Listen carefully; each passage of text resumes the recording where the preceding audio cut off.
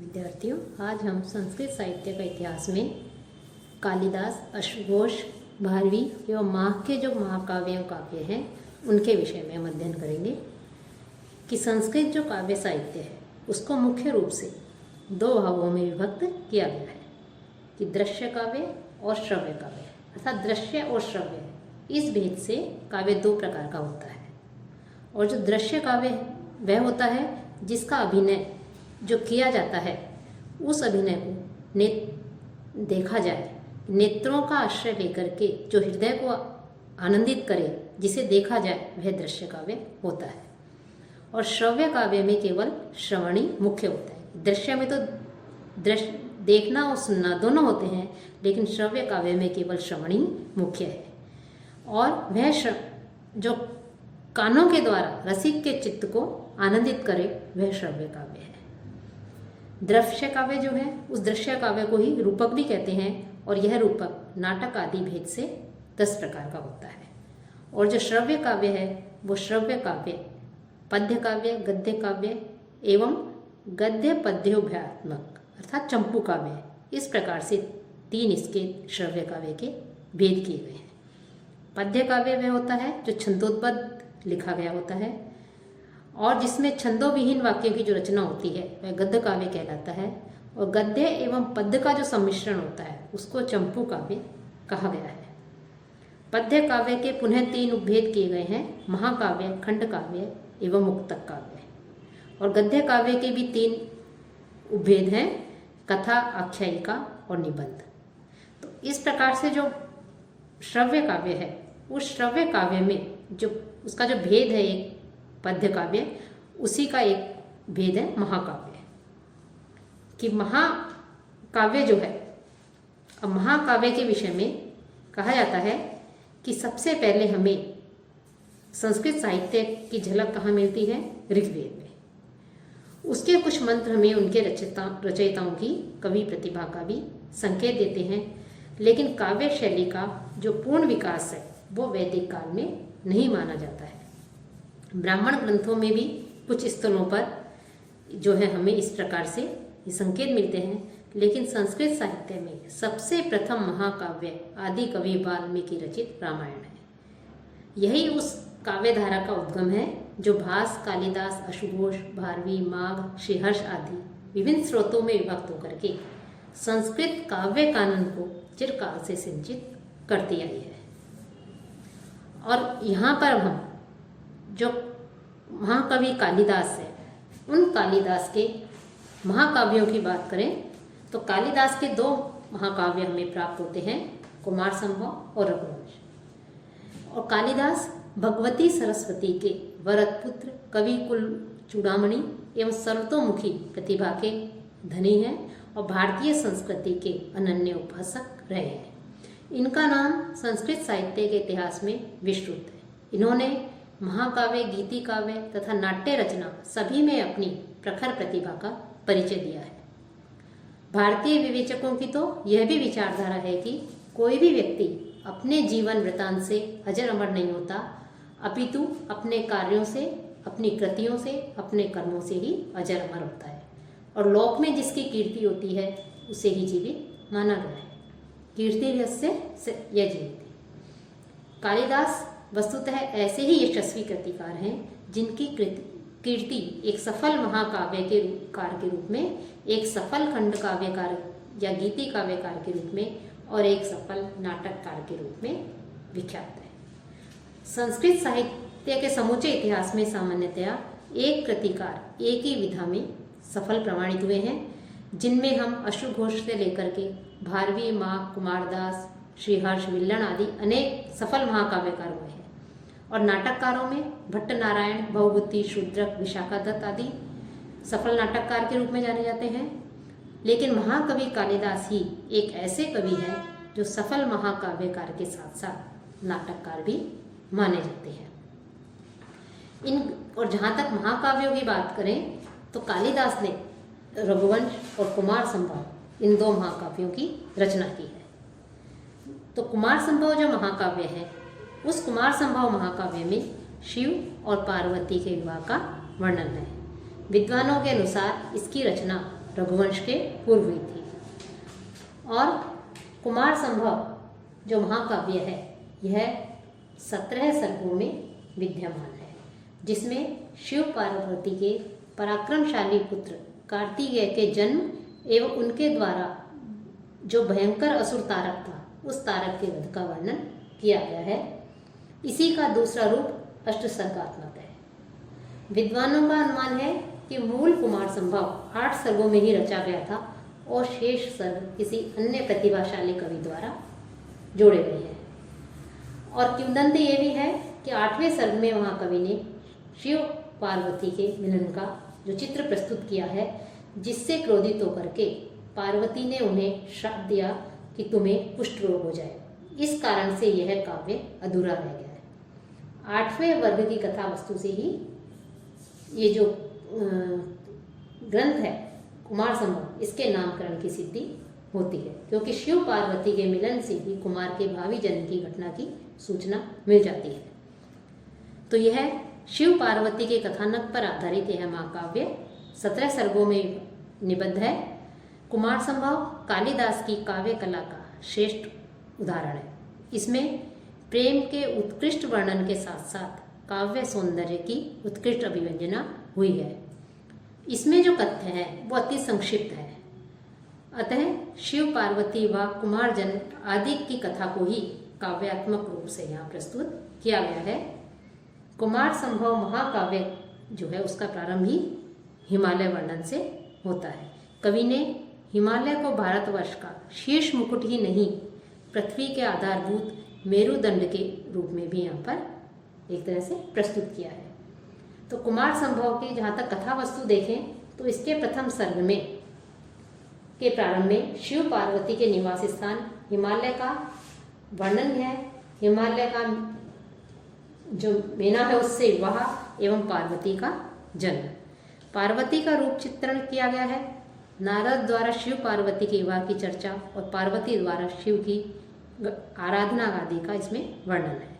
तो मुख्य रूप से कहें उमोत्पत्ति या पार्वती के जन्म का इसमें वर्णन है प्रथम सर्ग में। द्वितीय सर्ग में ब्रह्म साक्षात्कार या ब्रह्मा से भेंट का वर्णन है कि तारकासुर से पीड़ित देवगण जो हैं वो ब्रह्मा के पास जाते हैं और ब्रह्मा उन्हें उस राक्षस के संहार का उपाय बताते हैं।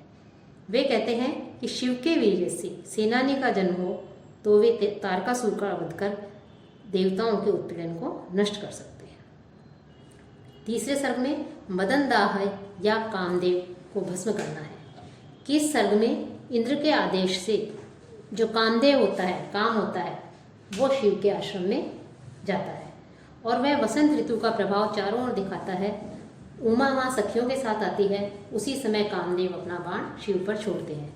शिव की समाधि भंग होती है और उनमें मन में अद्भुत विकार दृष्टिगोचर होने से क्रोध उत्पन्न होता है। वे कामदेव को अपनी ओर बाण छोड़ने के लिए उद्धत देखते हैं और तीसरा नेत्र खोल करके वो कामदेव को भस्म कर देते हैं। तो मदन दाह या कामदेव को भस्म करना ये तीसरे सर्ग में इसका वर्णन है। चौथे सर्ग में रति विलाप है कि जब कामदेव को भस्म कर देते हैं शिव तो काम की पत्नी रति करुण विलाप करती है। वसंत उसे सांत्वना देता है पर वह संतुष्ट नहीं होती। वह वसंत से चिता सजाने को कहती है और अपने पति का अनुसरण करना चाहती है। उसी समय आकाशवाणी उसे इस कार्य को करने से रोकती है और अदृश्य शक्ति के द्वारा उसे यह वरदान प्राप्त होता है कि उसका पति के साथ पुनर्मिलन होगा। पांचवें सर्ग में जो शिव की प्राप्ति के लिए जो तपस्या के निमित्त माता से आज्ञा प्राप्त करती है और वह फलोदय पर्यंत घोर तपस्या में निरत होना चाहती है उमा, कि उमा जो है वो शिव की प्राप्ति के लिए तपस्या करती है और उसके फल को प्राप्त करना चाहती है। माता पिता के मना करने पर भी दृढ़ निश्चय वाली उमा अंततः अपने हठ पर अटल रहती है और घोर तपस्या में संलग्न होकर के अनेक प्रकार के कष्टों को सहन करती है और उसकी साधना पर मुग्ध होकर के जो बटु रूपधारी शिव है वो शिव का आगमन होता है और वे जो है शिव के अवगुणों का विश्लेषण कर उमा का मन शिव अपनी ओर से अर्थात शिव की ओर से हटाने का अथक प्रयत्न करते हैं। पर उमा अभिष्ट देव का उद्वेगजनक चित्रण सुनकर भी अपने पथ पर अड़िग रहती है और उग्रता एवं तीक्ष्णता के साथ उनके आरोपों का प्रत्युत्तर देती है। पार्वती के या उमा के तप से प्रसन्न होकर के शिव साक्षात प्रकट होते हैं और उमा को आशीर्वाद देते हैं। छठे सर्ग में जो शिव का संदेश लेकर के सप्तर्षि गण जो है वो हिमवान के पास आते हैं। मुनिगण शिव के पास जाकर स्तुति करते हैं और शिव उन्हें संदेश लेकर विदा करते हैं। सातवें सर्ग में उमा परिणय अर्थात पार्वती के विवाह का वर्णन है कि शिव पार्वती के विवाह का इसमें वर्णन किया गया है। शिव और उनकी बारात को देखने के लिए जो उत्सुक नारियां हैं उनकी चेष्टाओं का, उत्सुक जनों का इसमें बड़ा ही मनोरम वर्णन किया गया है। आठवें सर्ग में उमा सूरत का वर्णन है अर्थात शिव पार्वती की काम क्रीड़ा का इसमें वर्णन किया गया है कि शिव पार्वती का रति विलास जो है इसमें चित्रित है। उनके सौंदर्य भाव, कवि की सौंदर्य भावना, रूप चित्रण आदि यहाँ पर मुखरित हुई है। पार्वती के नक्षिक जो है इसमें वर्णन है। अन्य जो सर्ग है उनमें जो है नवां सर्ग कैलाश गमन कहलाता है। 10वां कुमारोत्पत्ति, जहाँ कुमार संभव के आधार पर इसका नामकरण हुआ है ग्रंथ का। 11वां कुमार बाल लीला, 12वें का कुमार सेनापत्य, 13 सर्ग सेनापति का अभिषेक का वर्णन है। 14 में देव सेना प्रयाण, 15 में सुरासुर सैन्य संघट अर्थात देवताओं व दैत्यों की लड़ाई का वर्णन है। 16वें सर्ग में दोनों सेनाओं का युद्ध वर्णन है और 7वें जो सर्ग है, अंतिम जो सर्ग है, उसमें तारकासुर के वध का वर्णन है। तो इस प्रकार से इन 17 सर्गों में इस कुमार संभव की कथा जो है वो निबद्ध है। कुमार संभव की कथा का मुख्य जो प्रमुख जो उपजीव्य है वो महाभारत है। इसके वन पर्व, शांति पर्व तथा अनुशासन पर्व में ये जो कथा है, इस कथा का अंश जो है उसमें प्राप्त होता है। हरिवंश पुराण के विष्णु पर्व में शिव और पार्वती का क्रीड़ा विहार तथा रामायण के बालकांड में हिमालय की कन्या पार्वती का शिव के लिए घोर तप एवं हिमालय द्वारा शिव के लिए उमा का कन्यादान आदि का विवरण प्राप्त होता है।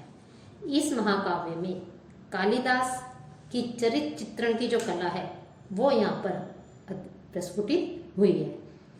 कुमार संभव नायिका प्रधान महाकाव्य है। इसमें नायिका ही नायक को प्रतिरूप में प्राप्त करने के लिए सचेष्ट है, नायक तो विरक्त है। कालिदास की आख्यान कला भी अद्वितीय है। उन्होंने अपनी पहले ही सर्ग में बता दिया कि शिव और पार्वती का विवाह होगा और यह विवाह आगे चल कर के 7वें सर्ग में संपन्न हुआ है। इससे पता लगता है कि अपनी कथा की भावी रूपरेखा का भी यहाँ पर कवि ने संकेत करने में निपुण है। और इसमें जो छंद है उन छंदों का भी यहाँ पर प्रयोग किया है। कहीं कहीं कालिदास के छंदों के प्रयोग भावानुवर्ती प्रतीत होते हैं।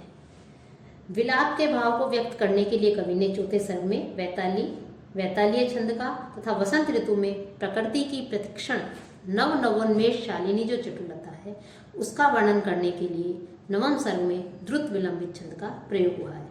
इसके अतिरिक्त कुमार संभव में उपजाति, मालिनी, वसंतिका, अनुष्टुप, पुष्पिताग्रा, वंशस, रथोद्धता, हरिणी, शार्दुलविपरीतम आदि छंदों का भी हमें प्रयोग मिलता है। तो कुमार संभव का प्रधान नायक पौराणिक युग का महादेव है। इसी रूप में नायक का आख्यान प्रस्तुत किया है। इसमें देवताओं की मंत्रणा और ऋषियों का एक महान कार्य की निष्पत्ति के लिए संयोजित है। हिमालय, वसंत, रति, विलाप, शिव, पार्वती का तप, सप्तर्षि, शिव और उमा का विवाह, कामक्रीड़ा, सूर्यास्त, संध्या, रात्रि, चंद्रोदय, पान आदि इन सभी का वर्णन जो है कालिदास का जो है महाकाव्य है इसमें हमें प्रासंगिक रूप में जो है हमें दिखाई देता है। अब जो कालिदास का दूसरा महाकाव्य है रघुवंश, उस महाकाव्य में कुल 19 सर्ग है।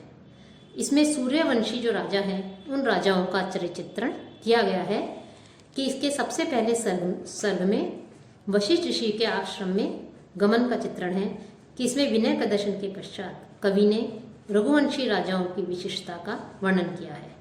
राजा दिलीप का चरित्र का इसमें वर्णन है। राजा दिलीप पुत्रविहीन थे, तो पुत्रहीन होने के कारण राजा चिंतित होकर के अपनी पत्नी सुदक्षिणा के साथ में जो कवि कुल गुरु जो वशिष्ठ है उन वशिष्ठ ऋषि के आश्रम में जो है वो पहुंचते हैं और आश्रम में स्थित जो नंदिनी है उस नंदिनी की गाय की जो सेवा है उस नंदिनी गाय की सेवा में वो संलग्न हो जाते हैं। और ये जो रघुवंश है, इसी रघुवंश के दूसरे सर्ग में राजा दिलीप द्वारा नंदिनी की सेवा तथा 21 दिनों के बाद उनकी निष्ठा की परीक्षा का वर्णन है। नंदिनी एक काल्पनिक सिंह के चंगुल में फंस जाती है और राजा गाय के बदले अपने को समर्पित कर देते हैं। इस पर नंदिनी प्रसन्न होकर के उन्हें पुत्र देने का आश्वासन देती है। पत्नी सहित राजा ऋषि की आज्ञा से नंदिनी का दूध पीकर उत्फुल्ल चित्त होकर के वापस राजधानी लौट आते हैं।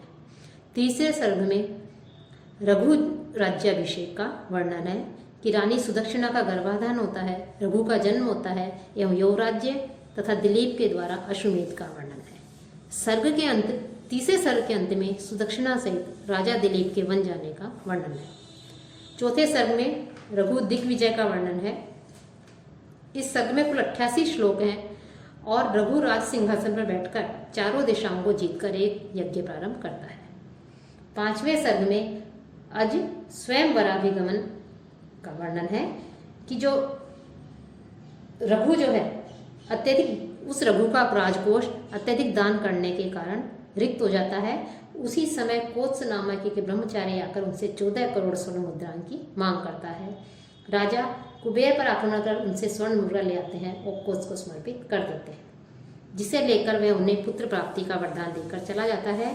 और जो रघु है उसके अज नामक पुत्र होता है जो धीरे धीरे युवावस्था को प्राप्त होता है और वह वहाँ से कुंडलिनीपुर में इंदुमती जो है उस इंदुमती के स्वयंवर के लिए जाता है। छठे सर्ग में इंदुमती स्वयंवर का वर्णन है कि राजकुमारी इंदुमती के स्वयंवर में अनेक राजा लोग आते हैं और उन सभी राजा लोगों का जो सुनंदा है वो इंदुमती के सम्मुख उनका परिचय कराती है, राजाओं का वर्णन करती है। और जो राजकुमारी इंदुमती है वो अज के निकट आती है और अज को अपने पति के रूप में उसको वरण कर लेती है। सातवें सर्ग में भी अज और इंदुमती के पाणी ग्रहण का वर्णन है। आठवें सर्ग में अज को राजा बनाकर रघुवन में तप करने चले जाते हैं, वहाँ उनकी मृत्यु हो जाती है। प्रजापालक अज जो है उसके दशरथ नामक पुत्र होता है और जो वन में गई जो इंदुमती थी उस पर किसी विद्याधर की माला आकाश से गिरती है और वो भी मृत्यु को प्राप्त हो जाती है। तो राजा अज के इसमें विलाप का वर्णन किया गया कि इंदुमती और रघु तपस्या के लिए चले जाते हैं, वहाँ उनकी मृत्यु हो जाती है, इंदुमती की भी मृत्यु हो जाती है। तो यहाँ पर राजा अज का विलाप का वर्णन है। नवें सर्ग में राजा अज जो है वो दशरथ को राज्यभार सौंपकर अब वन में तपस्या करते हुए सद्गति को प्राप्त करते हैं। दशरथ राज्य करते हैं, उनके भी 3 रानियाँ होती हैं और जो दशरथ है उस दशरथ को जब उन्होंने श्रवण कुमार का वध कर दिया तो उनके माता पिता के द्वारा उनको श्राप दिया गया कि तुम्हें भी पुत्र शोक की प्राप्ति होगी। 10वें सर्ग में रामावतार का वर्णन है। दशरथ पुत्र प्राप्ति के लिए यज्ञ करते हैं। उस यज्ञ में सभी देवता मिलकर क्षीर सागर जाते हैं और विष्णु को जगाते हैं। विष्णु कहते हैं मैं पृथ्वी का भार उतारने के लिए राजा दशरथ के घर अवतार लूँगा और तुम्हारे शत्रुओं का, जितने भी शत्रु हैं सबका नाश करूँगा। इसके बाद राजा के 4 पुत्र होते हैं। 11वें सत्र में सीता विवाह का वर्णन है। 12वें सर्ग में रावण वध का, 13वें सर्ग में दंडक वन से प्रत्यागमन का और 14वें सर्ग में सीता के परित्याग का इसमें वर्णन किया गया है। 15वें सर्ग में राम के स्वर्गारोहण का वर्णन है। 16वें सर्ग में कुमुदवती के परिणय का, 17वें में अतिथि का वर्णन किया गया है कि कुमुदवती से अतिथि नामक पुत्र होता है और उसका वर्णन है और कुश की मृत्यु का इसमें वर्णन है। 18वें सर्ग में वंशानुक्रम जो है 53 श्लोकों का वर्णन है। 53 श्लोकों वाले इस सर्ग में इक्ष्वाकु वंश के 25 नृपतियों द्वारा क्रमशः सिंहासन पर जो आरूढ़ हुए थे उसका बड़ा ही सुंदर चित्रण किया गया है। और 19वें सर्ग में अग्निवर्ण का जो है उसका श्रृंगार का वर्णन है कि अग्निवर्ण राजा बनता है जो अपने सचिवों को अपना राज्य सौंप करके प्रियाओं के साथ क्रीड़ा करता है। फिर वह जो राज्य श्रम जिसे क्षयरोग कहते हैं उससे पीड़ित हो जाता है और अंत में जो है वो मृत्यु को प्राप्त हो जाता है। जो उसके मंत्रीगण होते हैं, सचिवगण होते हैं, वो उसकी गर्भवती रानी का राज्याभिषेक करते हैं। तो इस प्रकार से 19 सर्गों में इस रघुवंश की कथा लिखी गई है। रघुवंश कुमार संभव की अपेक्षा अधिक विस्तृत जो है विस्तृत दिखाई देता है कि यहाँ पर कालिदास की कला का पूर्ण रूप हमें दिखाई देता है। रघुवंश को हम एक समग्र इतिवृत्तात्मक काव्य न कहकर कई चरित्रों की चित्रशाला भी कह सकते हैं, जिसमें दिलीप से लेकर अग्निवर्ण तक कई चरित्र हमारे सामने आते हैं। इस पूरे काव्य में कालिदास की जो तुलिका है वो रघु और राम के चरित्रों को ही अपनी समझ संपदा दे सकी है, और इसमें इन्होंने सारे जो चरित्र हैं उन चरित्रों को बड़ा ही सुंदर वर्णन इसमें कवि ने किया है। रघुवंश के पूर्वार्ध में रघु का आदर्श चरित्र अत्यधिक उदात्त है, दिलीप तथा अज के चरित्र उसी के अनुरूप में आए हैं, और इसके उत्तरार्ध में राम के चरित्र का भी इन्होंने सुंदर चित्रण किया है। और इस प्रकार से ये जो रघुवंश है, इस रघुवंश महाकाव्य में दिलीप, रघु, अज तथा राम के चरित्र का प्रमुख बिंदु तपह रूप निस्वार्थ भावना है। इन सब का वर्णन जो है, जो महाकवि जो कालिदास है, उन कालिदास ने बहुत ही सुंदर वर्णन इस रघुवंश जो महाकाव्य है, इस महाकाव्य में उन्होंने किया है।